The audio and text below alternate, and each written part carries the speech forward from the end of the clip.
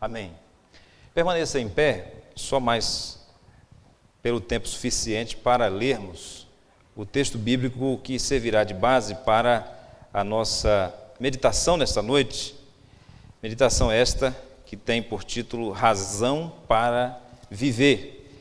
Nossa leitura será em 1 Reis, capítulo 19, versículos de 1 a 18. Graças a Deus pelo excelente público que nós temos hoje, os irmãos participando, alegria ver o irmão Ronaldo entre nós. Muito bom, meus irmãos, Deus tem feito maravilhas. Louvamos o nome do Senhor.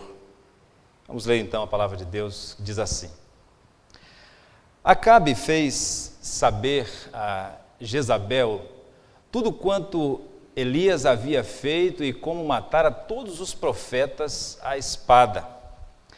Então Jezabel mandou um mensageiro a Elias a dizer-lhe: Façam-me os deuses como lhes aprovesse amanhã, a estas horas, não fizerei eu a tua vida como fizeste a cada um deles.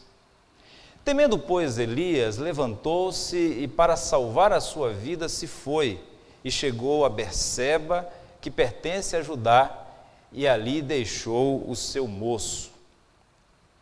Ele mesmo, porém, se foi ao deserto, caminho de um dia, e veio e se assentou debaixo de um zimbro, e pediu para si a morte, e disse: Basta, toma agora, ó Senhor, a minha alma, pois não sou melhor do que os meus pais. Deitou-se e dormiu debaixo do zimbro. Eis que um anjo o tocou e lhe disse: Levanta-te e come.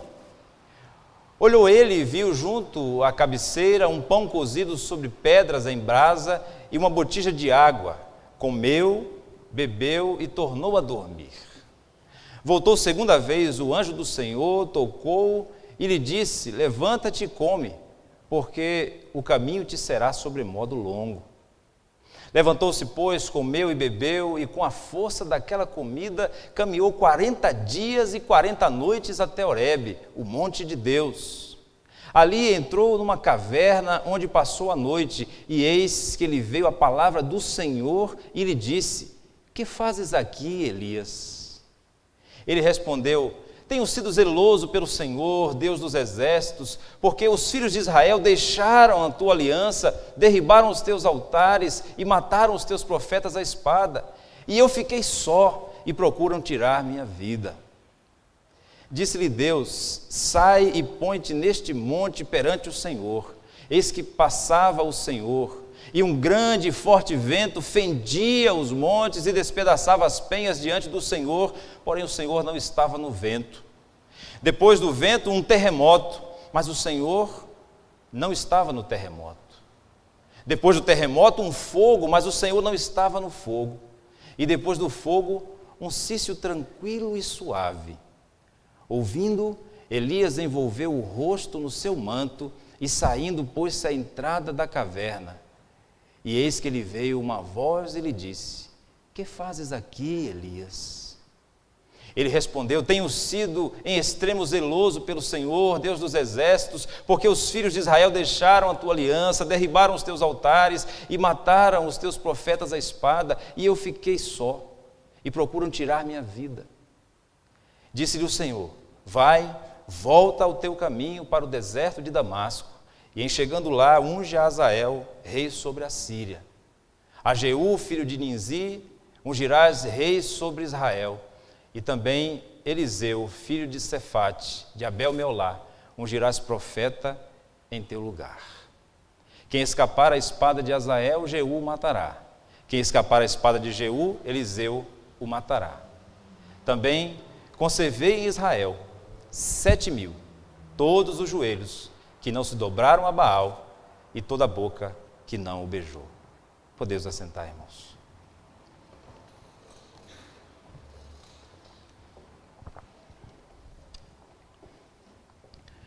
O que nos impressiona, meus irmãos, num primeiro momento, na leitura desse texto, é a mudança na atitude do profeta.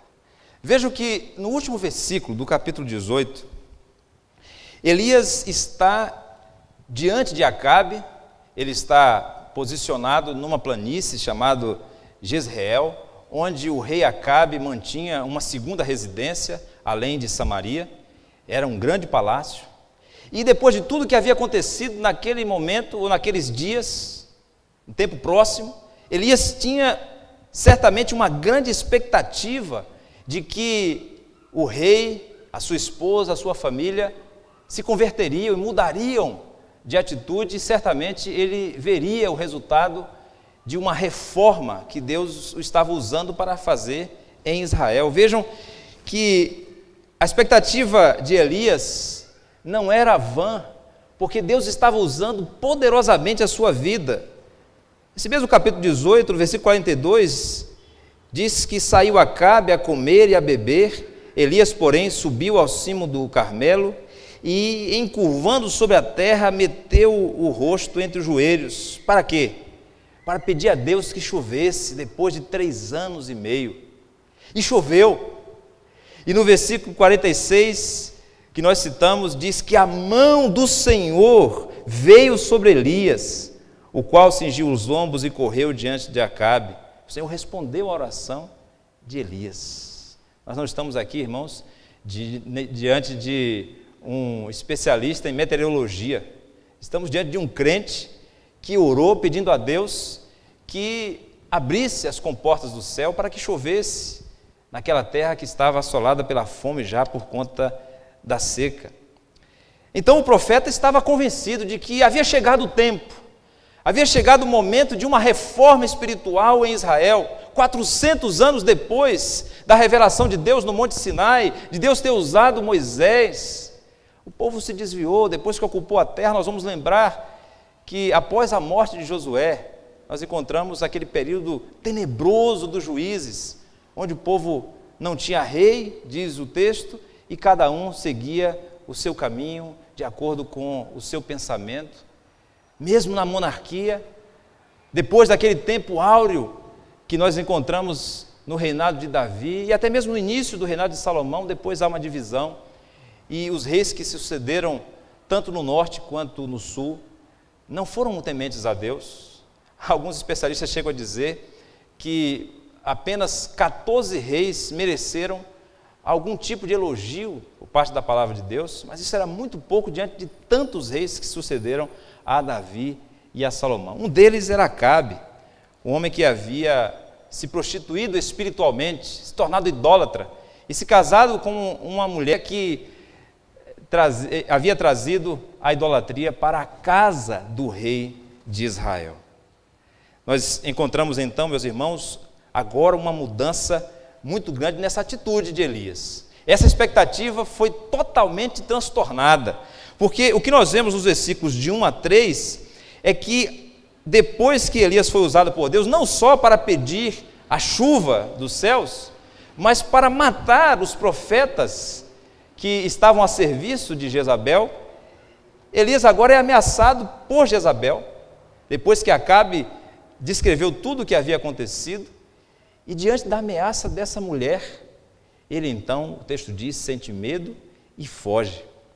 E aqui, meus irmãos, nós não vamos entrar nessa matemática, porque como é que um homem enfrenta 850 outros homens e foge de uma mulher? Depois as mulheres devem explicar para nós essa matemática aí. Mas o fato é que nós temos aqui no capítulo 18, verso 19, o texto dizendo: agora, pois, manda juntar a mim todo Israel no Monte Carmelo, como também os 450 profetas de Baal e os 400 profetas do poste ídolo, certamente de Asherá, uma deusa que era considerada a esposa de Baal, que come na mesa de Jezabel. 850 profetas. E agora a rainha faz uma ameaça, e ele tem medo e foge. Um grande contraste, uma grande mudança no tônus emocional do profeta, na atitude dele diante de Deus, diante daquela ameaça da rainha, diante de si mesmo, da experiência que ele viveu. Ele agora começa a fugir, e os versículos de 4 a 7, meus irmãos, nos dizem que Elias viveu o que alguns chamam de depressão. E aqui eu faço uma nota, eu prefiro não usar essa expressão, depressão, porque eu não sou especialista, eu creio que há pessoas qualificadas para isso, médicos, psiquiatras, psicólogos. A depressão é uma doença, tem lá um CID, então tem uma forma de classificação, e eu não vou dizer que ele estava deprimido, deixa a análise para os especialistas. Agora, o que a palavra de Deus nos mostra é que Elias estava cansado da vida, que ele estava desanimado, que ele estava frustrado, que ele estava talvez com medo, pode ter sido essa a causa, mas enfim, de alguma forma, ele estava experimentando um esgotamento. Eu já experimentei uma fase de esgotamento na minha vida e eu sei o que é. Atinge o físico, o emocional e também o espiritual, porque nós somos um só, nós somos um todo. Então, o esgotamento alcança também a dimensão do nosso relacionamento com Deus, as nossas emoções, os nossos relacionamentos interpessoais, mas também fisicamente. Eu não sei se os irmãos já experimentaram isso, mas depois de uma grande batalha, talvez o estresse, a quantidade de adrenalina, aí de novo eu lanço mão dos universitários, ele agora está se sentindo esgotado fisicamente. Mas talvez haja aqui, meus irmãos, uma grande decepção, diante de tudo que Deus havia feito, e muito mais, eu creio, uma desorientação gerada pela perda da visão espiritual, pelo menos momentaneamente, na vida de Elias, porque o que ele viveu, meus irmãos, é algo extraordinário. Vejam o capítulo 18 ainda, dizendo, nos versículos 24, então invoquei o nome do Senhor Deus, ou invocai o nome do vosso Deus, melhor, e eu invocarei o nome do Senhor, e há de ser que o Deus que responder por fogo, esse é que é o Deus, é que é Deus. E todo o povo respondeu e disse, esta é uma boa palavra. Lá no final do capítulo, versículo 38 em diante, o texto diz, então caiu fogo do céu e consumiu o holocausto e a lenha e as pedras e a terra e ainda lambeu a água que estava no rego. E o que, vendo todo o povo, caiu de rosto em terra e disse, o Senhor é Deus, o Senhor é Deus. Agora Elias está vivendo uma grande frustração diante da expectativa gerada por este episódio. Mas Deus conduziu Elias para uma nova experiência, uma experiência que foi capaz de levar o profeta a reaprender a ouvir a voz de Deus, uma experiência que foi capaz de fazer com que o profeta avaliasse quem ele era, o que ele estava fazendo ali, e o que Deus ainda tinha reservado para ele, o plano de Deus em sua vida. É assim, meus irmãos, que nós entendemos que esse texto pode ser dividido em dois momentos, através de duas perguntas que Deus faz a Elias, na verdade, uma pergunta só, mas que ele repete. Que fazes aqui, Elias? Na primeira vez, Deus pode ter perguntado a Elias sobre a sua identidade. Você é Elias, o que fazes aqui, Elias? Da segunda vez, essa pergunta se repete no versículo 13, Deus pode ter direcionado a pergunta para o senso de missão, o que fazes aqui? O que você está realizando aqui? Então nós temos tanto a identidade quanto a missão, que precisavam ser reavaliadas diante de Deus, por um profeta que havia perdido a visão espiritual, que havia se desorientado, que estava esgotado. Então nós aprendemos, meus irmãos, que estamos também sujeitos a perdermos a razão para viver. Estamos também sujeitos na jornada da vida, nessa peregrinação espiritual, a nos desorientarmos, a ficarmos confusos, cansados da vida. Essa é a expressão que eu prefiro usar, cansados da vida. E Deus, como nós podemos ver, nos conduz, inclusive, a estas situações, ou nos encontra nessas situações para nos refazer, para nos reorientar, para mudar ou para ajustar o nosso foco, para que aprendamos que a razão para viver está numa entrega total da nossa vida a Ele, da nossa identidade, aquilo que nós somos, mas também da missão que nós recebemos do Senhor, da nossa participação no seu plano, na história. Nós devemos ler esse texto, meus irmãos, para compreender qual é esse caminho. O que esse texto nos ensina sobre o caminho para essa entrega total da nossa vida. E o que nós podemos fazer a partir disso? Como nós podemos obedecer, mais uma vez, obedecer de novo à orientação do Senhor. Encontramos razão para viver, segundo a leitura desse texto, meus irmãos, quando nós renunciamos ao controle da nossa vida.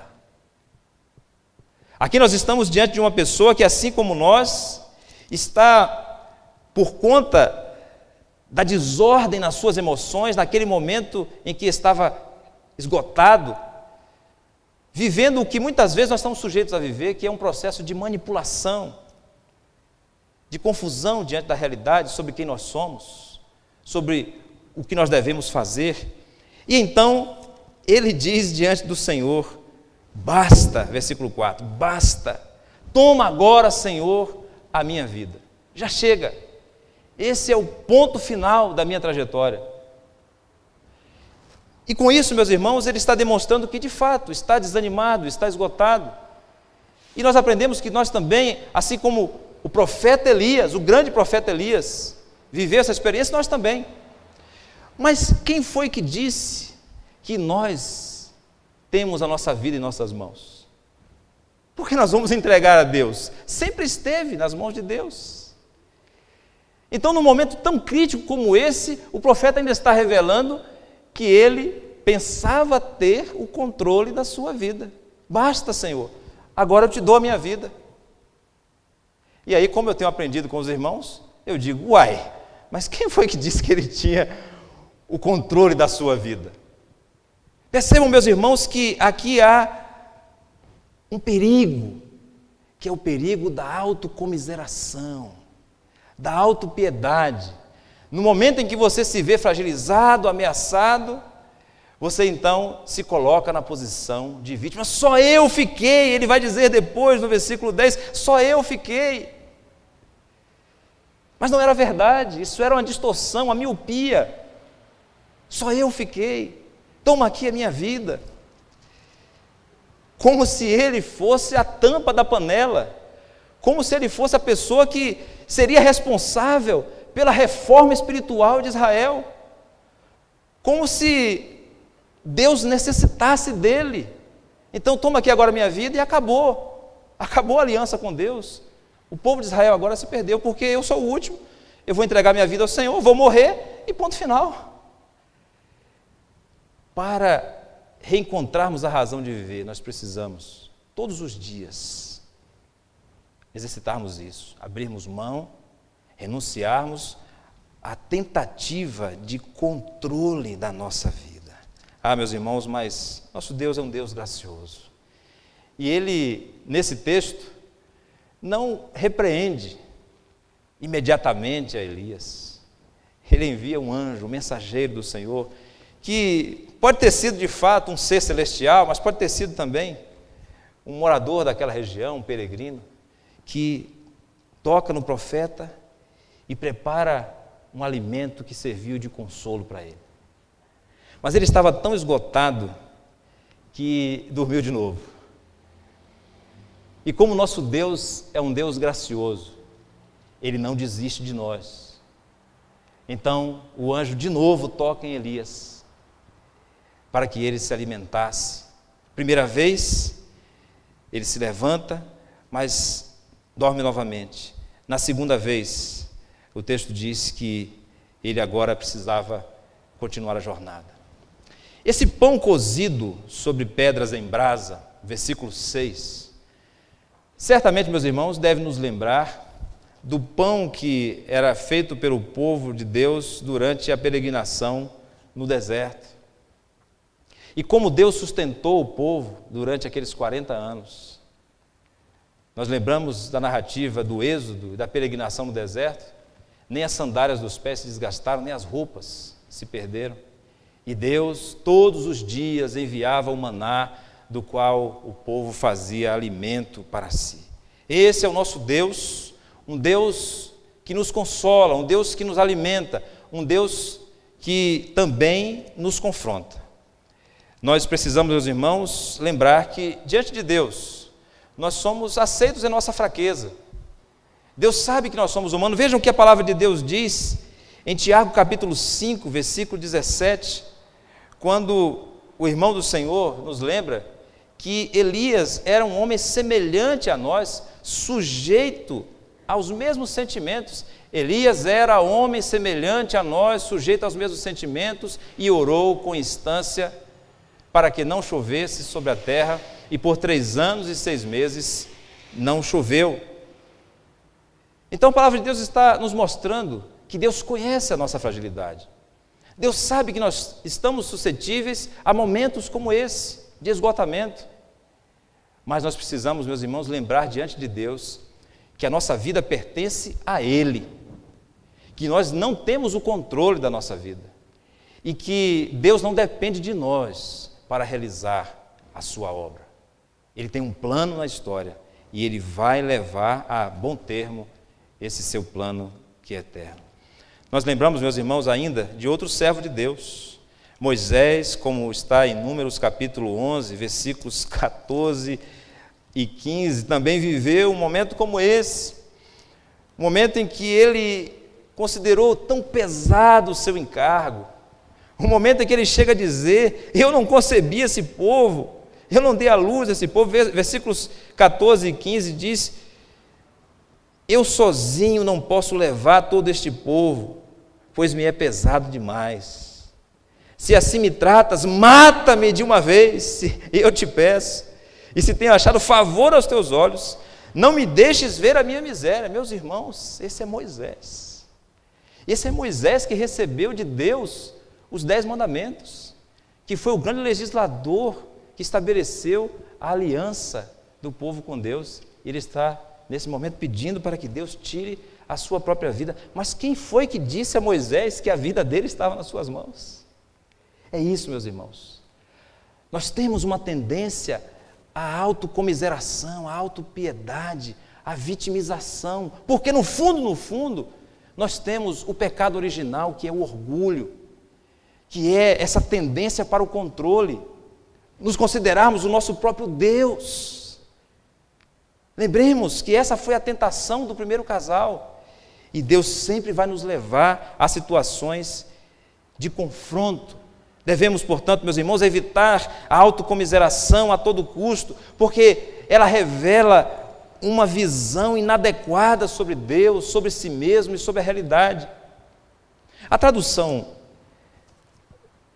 do capítulo 19, quando fala que Elias teve medo, 1 Reis 19, versículo 3 diz: temendo, pois, Elias. Essa palavra traduzida por teve medo ou temendo, também poderia ser traduzida como viu Elias. Viu Elias.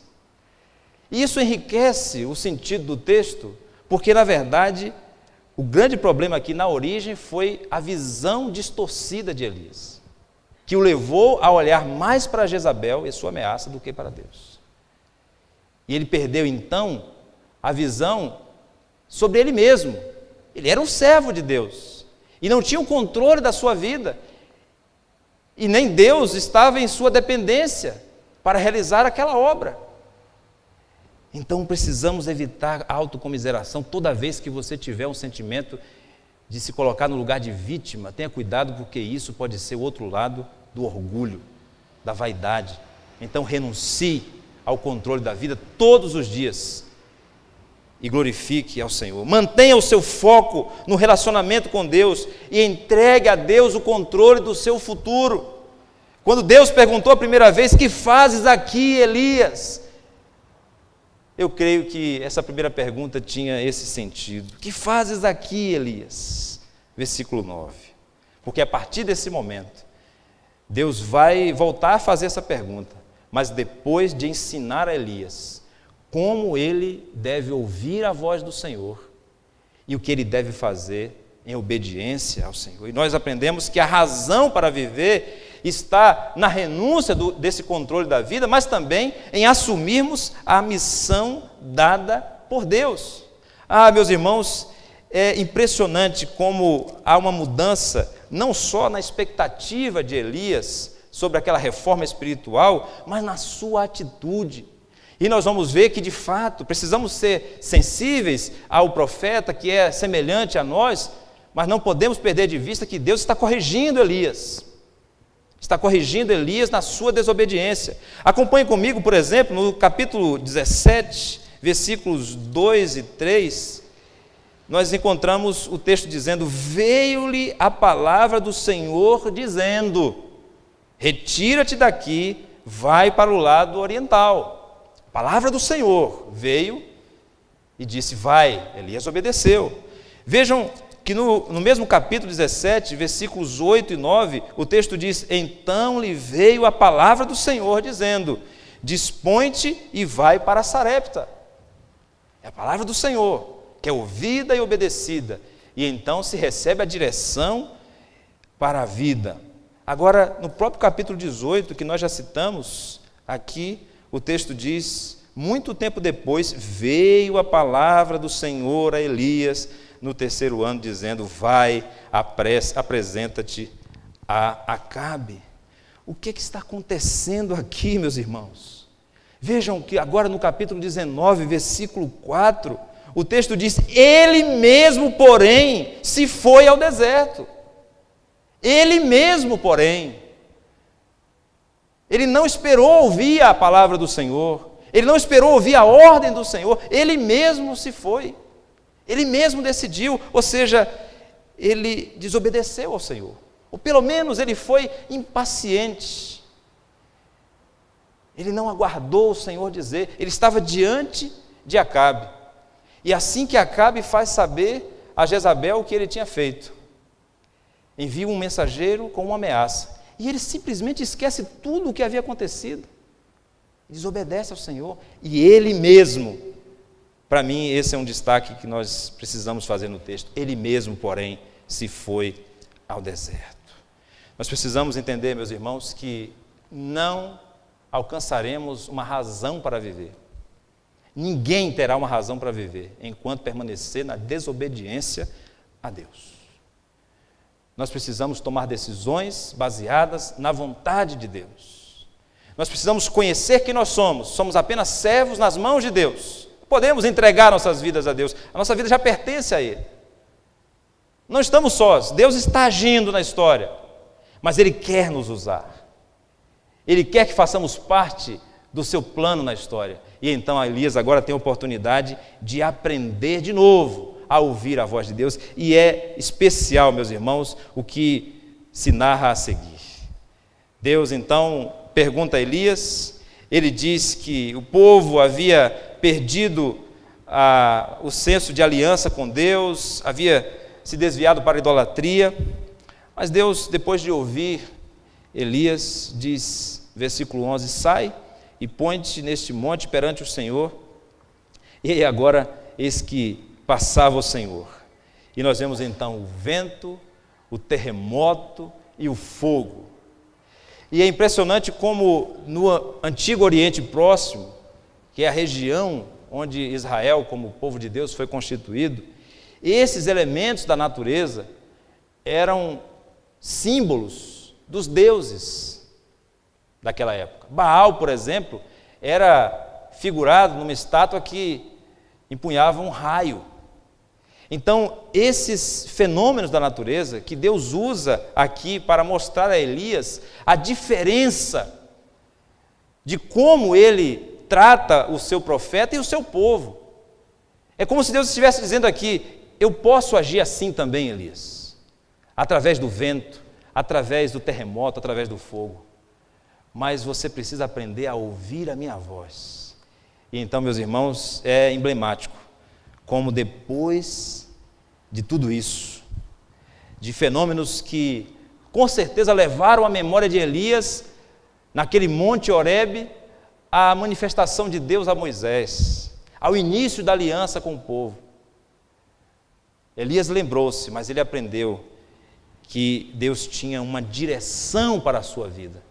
E através de um cício tranquilo e suave, que não quer nos dizer necessariamente que Deus fala de determinada forma. O texto não está dizendo o modo como Deus fala, só está dizendo que Deus pode falar como Ele quer. E o mais importante não é a manifestação de Deus na natureza, mas a direção que Ele tem para a história. E Deus tem um plano que nos inclui, mas nós não somos indispensáveis ao Senhor. Meus irmãos, servir a Deus é um privilégio. E Deus vai dizer a Elias, no versículo 19, Elias, eu conservei 7.000. Você é importante, mas tem 7.000. Você não é indispensável para esse processo. Agora vejam como é impressionante. Deus deixa para citar isso a Elias, que já sabia que existiam alguns profetas preservados por Obadias dentro da casa de Acabe, mas agora ele sabe do próprio Deus que tem 7.000. Deus só falou isso no final do processo, porque primeiro ele precisava aprender a ouvir a direção de Deus para a sua vida. O que é que Deus diz a ele? Deus diz, volte ao teu caminho para o deserto de Damasco. Volte ao teu caminho para o deserto de Damasco. E aqui o aprendizado foi doloroso. Esse Elias que começou o texto que nós lemos esgotado fisicamente, andou 160 quilômetros para Berseba, depois mais 320 para o Monte Horebe. São 480 que ele fez de volta. E além disso, até o deserto de Damasco. E nessa trajetória de volta, o retorno à presença de Deus, o retorno à obediência, o retorno à posição como um servo escolhido por Deus para executar uma missão. E qual é a missão que é renovada para Elias? Ele deveria ungir um rei estrangeiro que seria usado por Deus para castigar o seu próprio povo. Deveria ungir um rei israelita que destruiria a casa de Acabe e um profeta em seu lugar, Eliseu. E nós aprendemos, meus irmãos, que Deus tem um lugar para nós no seu plano eterno. Deus quer nos usar, mas nós precisamos aprender a obedecer ao Senhor. E nós encontramos uma razão para viver quando nós obedecemos ao plano de Deus para nós. Quando confirmamos a nossa identidade diante de Deus e quando estamos prontos para cumprir a missão que foi reservada por Deus. Essa é a grande diferença do Deus de Israel, do Senhor nosso Deus. Diferente daqueles outros deuses que eram usados politicamente pelos reis para demonstrar força, para justificar a invasão e a guerra contra outros povos. O Deus de Israel se manifesta de maneira misteriosa, invisível, mas Ele conduz a história. Ele tem o controle de todos aqueles reinos. Ele tem o controle da natureza, Ele tem o controle da sua vida. É nele que está a sua razão de viver. Nós devemos crer, meus irmãos, que Deus reservou para nós uma missão pessoal dentro do seu plano eterno. Você tem uma missão da parte de Deus. Aí vem a segunda pergunta que Deus fez. Que fazes aqui, Elias? A primeira com foco em Elias. Elias, quem é você? Qual a sua posição diante de mim? A segunda, o que você faz aqui? Eu tenho algo para você fazer. Eu tenho uma missão para você.